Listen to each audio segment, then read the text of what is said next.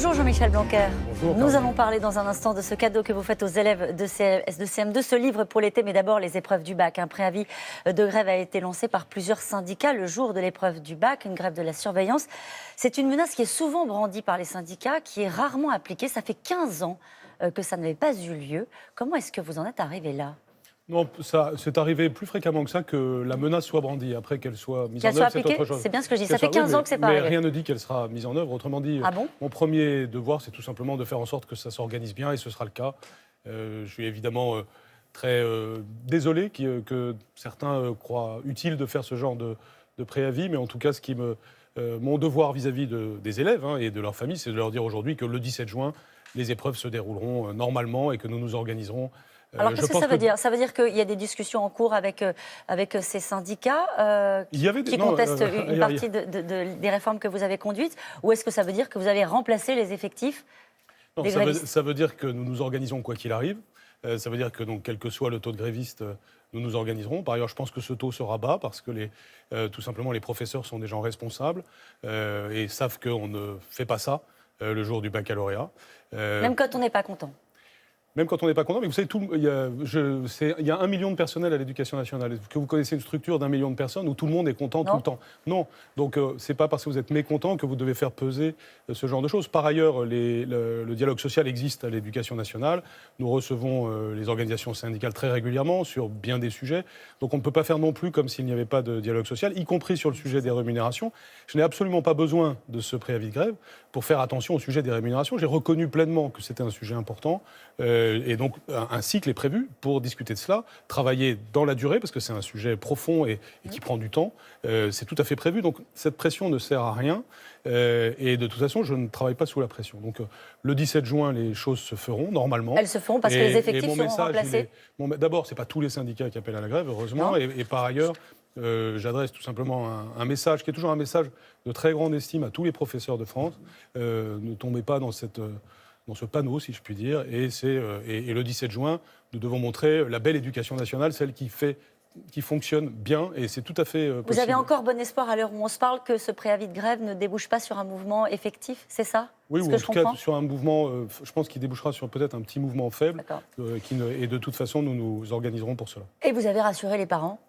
Et bien entendu, c'est mon rôle, parce qu'on est en amont. Parce qu'il ne s'agit pas seulement de faire bien le 17, il s'agit aujourd'hui de dire... Ne vous inquiétez pas, parce que ça n'est pas bien d'inquiéter les élèves avant un examen. Donc je leur dis, c'est mon problème, je m'en occupe, et le 17, ça se passera normalement. Alors vous avez évoqué une nouvelle réforme du brevet. Alors là, on se dit, encore une réforme du brevet, ce sera la 3e réforme en 5 ans. C'est quoi le problème ? Non, c'est pas qu'il y a un problème, c'est que c'est quelque chose de vivant. Il est tout à fait normal de faire évoluer le brevet. Il est très vivant, le brevet. C'est un sujet. Non, mais il est absolument nécessaire. Vous savez, on est dans un monde qui change en permanence. Regardez, l'année prochaine, on crée au lycée une nouvelle discipline qui s'appelle sciences informatiques et numériques. Il est évident qu'il faut ce type de réforme parce qu'on doit évoluer avec notre temps. Le brevet doit nous assurer qu'à la fin de la scolarité obligatoire, c'est-à-dire en fin de 3e, l'élève a réellement eu ce qu'il faut. Donc déjà, j'avais fait quelques petits changements, par exemple du côté de la dictée.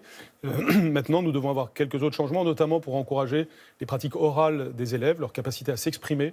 Vous savez qu'il y aura un oral important aussi à la fin du baccalauréat. Donc c'est pour encourager dans tout le système scolaire la capacité à s'exprimer, à argumenter, à avoir confiance en soi. Et à commencer dès le collège. À commencer dès le collège. Et même, en réalité, vous savez, dès la maternelle, cette idée qu'on doit mettre les élèves en confiance, c'est pour ça que je parle d'école de la confiance, qu'on doit avoir des pratiques d'expression orale, ça fait partie des choses importantes. Un rapport de l'Observatoire des inégalités explique que 73% des jeunes en milieu modeste échappent en réalité au dispositif des moyens de l'éducation prioritaire. Comment remédier à cette situation-là ? C'est un vrai sujet parce qu'en effet, il y a ce qu'on appelle les effets de seuil. En fait, si vous êtes sur tel territoire, vous allez avoir telle compensation. Si vous n'êtes pas sur ce territoire et que vous êtes malgré tout en difficulté sociale, vous n'avez pas ça. Donc il faut évidemment faire évoluer ça. Il y a un rapport qui va m'être remis, un rapport dit Azéma-Mathieu qui va m'être remis ces prochains jours pour repenser cette géographie de l'éducation prioritaire, mais aussi nos méthodes sociales dans l'éducation nationale. Méthode sociale et méthode d'enseignement, ce que disent les auteurs de ce rapport, c'est qu'il faut sortir d'une méthode d'enseignement qui repose trop sur la concurrence entre les élèves. Ça, c'est vrai pour tous les élèves, c'est-à-dire que nous devons arriver à ce qu'il y ait des approches beaucoup plus coopératives. C'est le sens aussi de ce que j'ai indiqué la semaine dernière pour l'école primaire. et ça commence là aussi dès la maternelle, c'est comment on apprend aux enfants à travailler à plusieurs, à avoir l'esprit d'équipe, à aimer que les autres gagnent, à écouter les autres. Tout ça, ça fait partie des valeurs de l'école, mais qui aussi sont bonnes sur le plan de l'acquisition de connaissances pour l'enfant. C'est-à-dire dans votre travail, de plus en plus, vous devez apprendre à bien travailler à plusieurs, à avoir le sens de l'équipe. Donc, par exemple, les pratiques sportives contribuent à ça, la musique contribue à ça. Donc, c'est vrai que si on fait ça pour tous les élèves, ça bénéficiera particulièrement aux plus défavorisés parce que, tout simplement, ça créera cette école de la confiance dont on a besoin. Juste un mot pour avoir votre sentiment sur une philosophie sur l'inégalité dans le secondaire. La ministre de l'Enseignement supérieur est favorable à plus de mixité sociale dans les grandes écoles. Quelle est votre vision sur le sujet? Est-ce que vous êtes, par exemple, opposé au principe de quotas de boursiers dans les grandes écoles? Le mot n'est pas un mot que j'aime beaucoup. Je pense en même temps, c'est une réalité très claire. On a besoin. Non, j'ai beaucoup travaillé dans mon passé sur ces enjeux, donc vraiment j'y crois et je pense qu'on peut faire beaucoup de choses. Mais il faut qu'on fasse attention. À chaque fois, il faut qu'on fasse attention à la bonne méthode si on veut vraiment compenser les inégalités. Ce que propose Frédérique Vidal est d'ailleurs très complémentaire de tout ce qu'on est en train de faire dans l'enseignement scolaire. Quand on dédouble les classes de CP et de CE1, c'est évidemment contre les inégalités. La meilleure lutte contre les inégalités, c'est de donner à chacun les savoirs fondamentaux, la culture, la logique, ce dont on a besoin pour la suite. Ensuite, on doit avoir des parcours qui ne sont pas complètement déterminés à 18 ans ou à 20 ans. Est-ce qu'on réserve des places? C'est ça l'idée. Est-ce qu'on réserve des places à ceux qui ont moins de chance? Il faut encore travailler sur cette question, mais ce qui est certain, c'est qu'on doit multiplier les voies. Vous n'y êtes pas favorable? Non, je pense qu'on doit multiplier les voies d'accès. C'est pas exactement la même chose. Certains le font d'ailleurs déjà, et pour valoriser l'ensemble des qualités d'un jeune. Et pourquoi pas réserver des places aux plus défavorisés?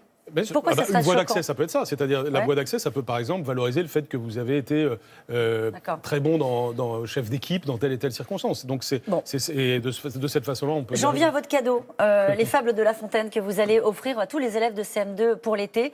C'est la 2e édition. Cette fois-ci, les fables sont illustrées par Vouch. Si vous le faites une 2e fois, c'est que vous êtes content de la façon dont ça s'est passé la première fois. Oui, et puis c'est parce que ça s'est d'abord très bien passé la première fois. Je rencontre sans arrêt des élèves et des professeurs ou des parents d'élèves qui ont été ravis de cela. Et puis nous voulons installer un usage, une coutume, qui est que chaque année, tout élève de CM2, en sortant de l'école primaire, qui est quand même un moment un peu solennel, puisse avoir les fables de La Fontaine, qui incarnent quand même très bien le patrimoine culturel français. Et puis tous les enfants aiment les fables, ça je le teste en permanence. Et l'idée est de changer d'illustrateur chaque année. Donc l'année dernière, on avait Johannes Farr, qui est très talentueux. Cette année, c'est Vouch, qui a rendu des dessins absolument magnifiques.